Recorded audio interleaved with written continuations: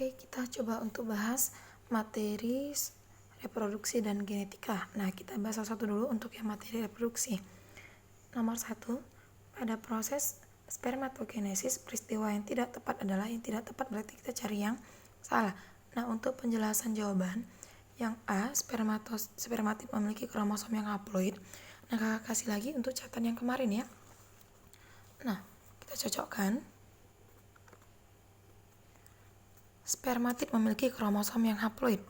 Spermatid memiliki kromosom yang haploid, benar ya? Nah, yang B, setiap spermatosit primer nantinya akan menghasilkan spermatid. Salah, yang menghasilkan spermatid adalah spermatosit sekunder. Yang C, spermatosit 2 atau spermatosit sekunder berkromosom haploid, benar ya? Yang D, setiap spermatid akan membentuk spermatozoa yang haploid. Setiap spermatid akan membentuk spermatozoa yang haploid, benar ya? Maka jawaban yang tidak tepat itu tepat di jawaban yang bola ya, benar jawaban yang bola. Oke, kita lanjut soal nomor 2. Pembahasan soal nomor 2. Dalam peristiwa oogenesis dari satu oosit primer akan menghasilkan. Oke, kita lihat coba catatannya ya. Untuk yang peristiwa oogenesis. Nah, untuk oogenesis satu oosit primer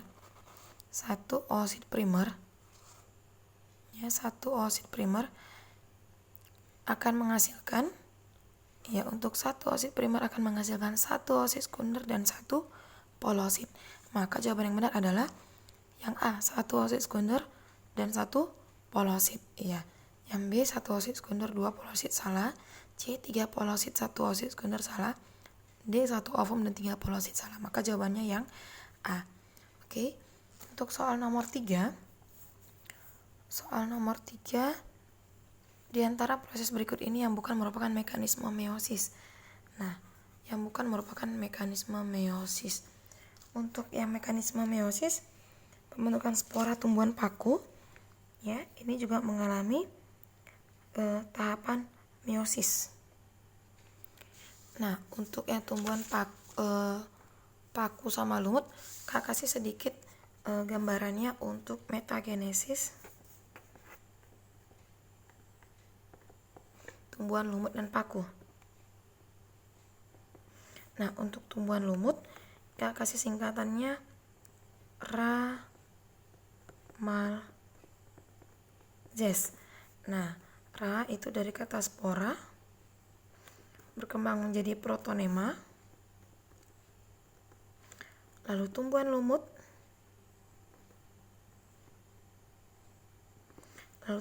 membentuk gamet atau sel kelamin, jantan antheridium, betina archegonium, jantan menghasilkan sperma,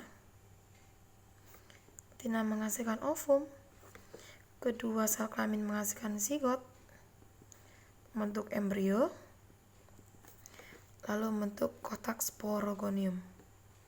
Kotak spora yang kemudian pecah menghasilkan spora, ya. Dimana untuk yang spora sampai gamet atau sel kelamin ini merupakan kromosom yang haploid.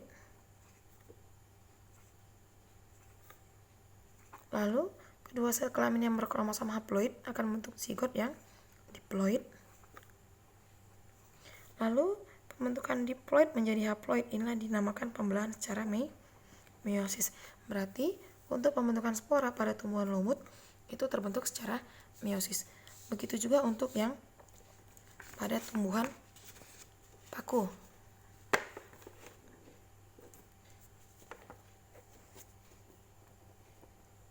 Metagenesis tumbuhan paku. Nah, Kak kasih singkatan juga, nanti dia Ra-Ta-Zep. Iya, Ra dari kata spora, berkembang menjadi Ta protalium. Ya, lalu protalium ini yang menghasilkan gamet gamet jantan antheridium. gamet betina, archegonium, bentuk sperma, ovum, zigot,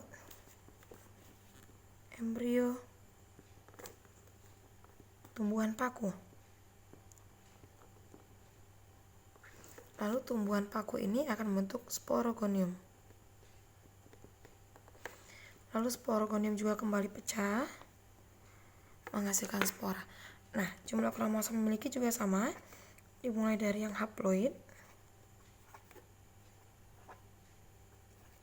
ketemu 2 haploid menjadi diploid, diploid, diploid. Nah, pembelahan yang sama, diploid menjadi haploid, pembelahan secara meiosis ya.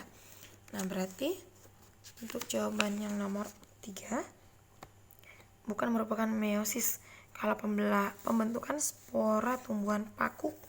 Spora tumbuhan paku ya, ini terbentuk secara meiosis. B. Pembentukan sperma pada spermatogenesis manusia juga melalui tahapan meiosis. Pembentukan ovum juga oogenesis meiosis. Sedangkan pembentukan sporogonium pada metagenesis lumut. Pembentukan sporogonium. Nah, ini terjadi secara mitosis. Berarti ini jawaban yang salah ya. Iya, karena katanya yang bukan meiosis. Oke. Nah, sekarang kita perhatikan nomor 4. Perhatikan proses oogenesis berikut ini. Oogenesis berarti tahap pembentukan sel telur. Bagian yang menunjukkan peristiwa pembelahan meiosis 1.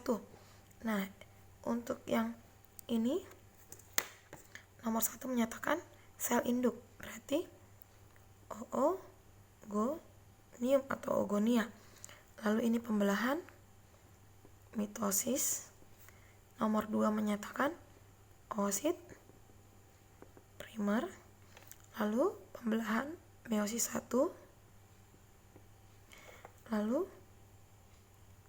nomor 3 ini beda gambar seperti ini, yang besar dengan yang kecil. Yang besar ini nanti yang dia membentuk oosit sekunder. Sedangkan yang kecil menyusut ini nanti membentuk polosit atau badan polar. Nah, yang C inilah menjadi meiosis kedua. 2. Lalu ini 3 polosit. Nah, lalu selesai oosit sekunder yang terbentuk di sini menjadi ootit, lalu menjadi ovum. Nah, berdasarkan soal meiosis 1 berarti AB berada di B dan ovum berada di nomor 6. Ya, ovum berada di nomor 6. 1, 2, 3, 4, 5, 6. Nah, berarti ini nomor 6. Jadi jawabannya B dan nomor 6. Oke, optionnya tidak ada yang benar, berarti ini Kak ganti nomor 6.